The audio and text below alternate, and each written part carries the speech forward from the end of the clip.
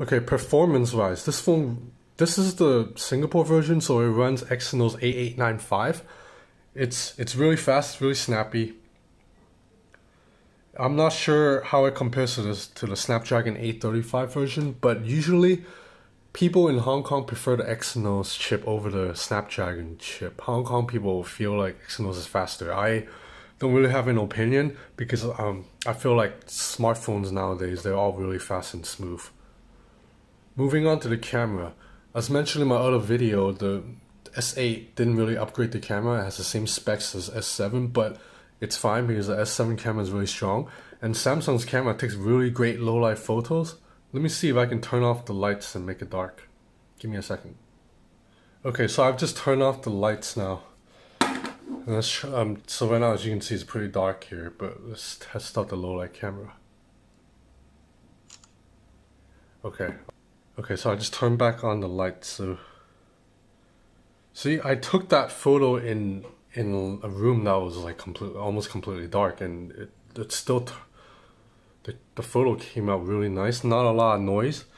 So this is one of the strongest low light camera in the market, along with the Vivo X Play 6. That's really strong too, and also the focus is really fast.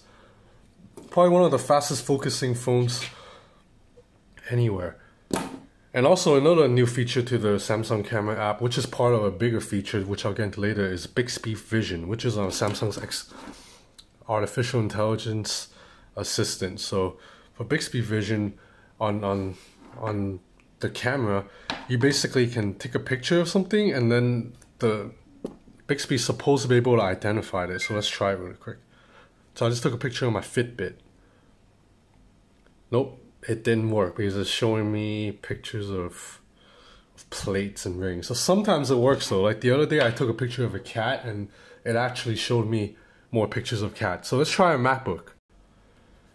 Okay, so now I have a MacBook Air. Let's try it again. It didn't work on the Fitbit.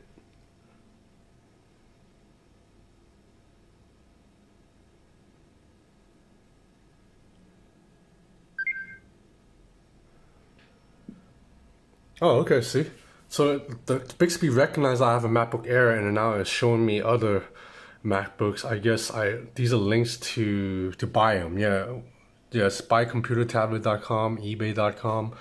It works a lot better in the US because online shopping is really big there, right? So if you scan a picture of, say, a bottle of orange juice, it should bring up a bunch of Amazon links for you to buy that exact bottle or other types of orange juice. And so it's quite useful on the camera, and you can also use Bixby to translate words. So that's one portion of Bixby. The other portion of Bixby is right here, the heart button. This is, if you press it, it brings up Bixby. It's our intelligence that shows you, it's the exact same thing as Google Assistant. So that's why a lot of people are bashing Bixby, because they're saying there's no point, it's redundant, because the Google Assistant will almost surely be better because Google knows everything about us. Just think about how connected you are to Google, your email, your location, your maps. So Google knows everything about you. So there's no way Bixby can beat Google in figure out what you like and what you want to see. Like for example, Bixby's showing me soccer. I'm an American. I don't watch soccer at all. So why are you showing me this, Bixby?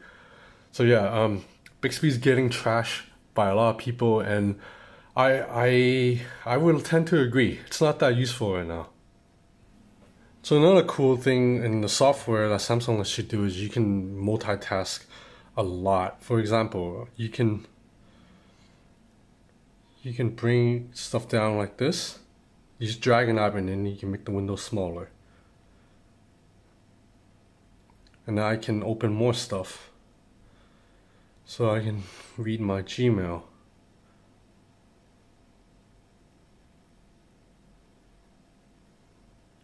And now I can also watch YouTube if I want.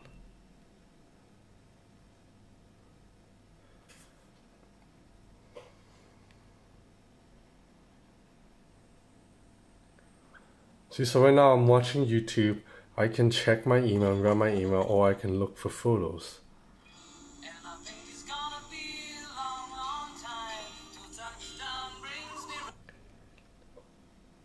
Okay, so multitasking, it's pretty cool on this.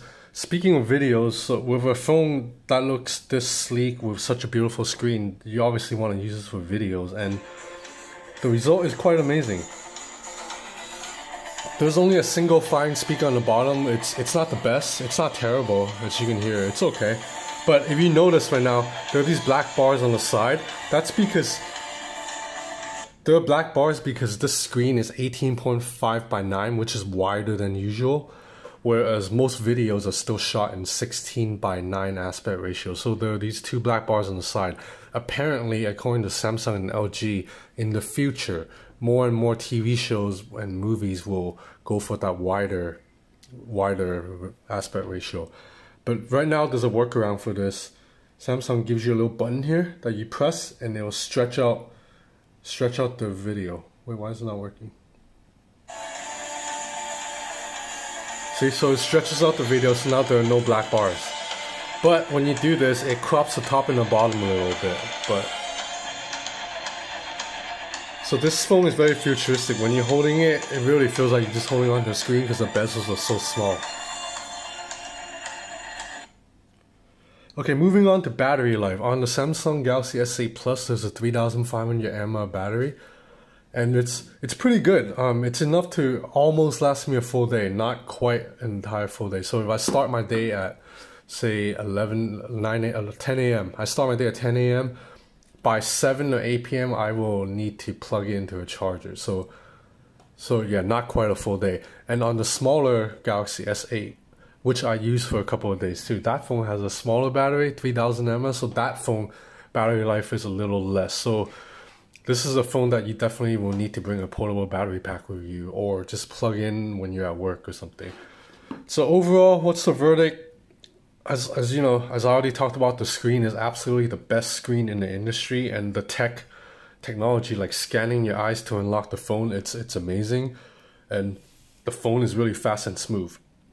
But this phone is $850 US, and in Hong Kong they haven't announced the price yet. It's pretty sure it's gonna go for this big model. The S8 Plus is gonna go for close to 7,000 Hong Kong.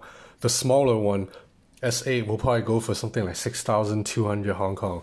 So these are very expensive phones, considering you can buy a Xiaomi Mi 6 with a Snapdragon 835 and 6 gigs of RAM for $350 US, or you can buy a OnePlus 3T for just $400 US. So my opinion is, if you're a tech geek like me and you just want to have the best phone, the best looking screen, and just kind of like show off your phone, then you get the Samsung Galaxy S8.